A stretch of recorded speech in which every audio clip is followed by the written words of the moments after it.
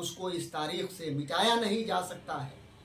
بھارت کی آزادی کی تاریخ بنا علماء کرام کے مکمل نہیں ہو سکتی ہے، اور یہ ایسا ملک ہے کہ جہاں مختلف مذاہب، مختلف دھرم کے ماننے والے لوگ رہتے ہیں، اور اس خوبصورت ملن کو ملک ہندوستان کہا جاتا ہے۔ بے شک، سبحان اللہ، سبحان الحق ہے۔ اور یہ آزاد ہندوستان، یہ ظلم سے آزادی، نفرت سے آزادی، وہ لوگ اس پیغام کو یاد رکھیں کہ یہ وہ سرزمین ہے، یہ وہ پاکیزہ اور مقدس سرزمین ہے کہ جہاں نفرت کی کھیتیاں نہیں ہوتی ہیں، نفرت کی بیج نہیں لگتے ہیں، نہیں اگتے ہیں نفرت کے بیج۔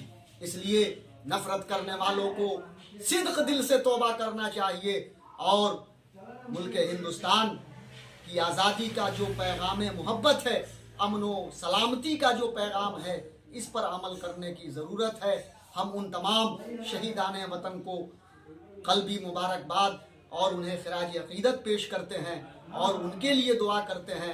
ساتھ ہی اس ملک کی امن و سلامتی، ترقی اور خوشحالی کی ہم دعا کرتے ہیں، اور یہ مختصر پیغام ان تمام باشندگان وطن کو قلبی مبارکباد کہ اپنے دلوں سے یوم آزادی کے دن ہم یہ عہد کریں کہ ہمارا دل نفرت، بغض، حسد، کینہ، جھوٹ، غیبت، چغل خوری سے آزاد ہو جائے، تو یقیناً ہمارا قلب اور ان شہیدان وطن کی روحیں خوش ہوں گی کہ جنہوں نے اپنے قیمتی لہو سے اس بھارت کو آزادی دی۔ بے شک، بے شک، سبحان اللہ، حق ہے۔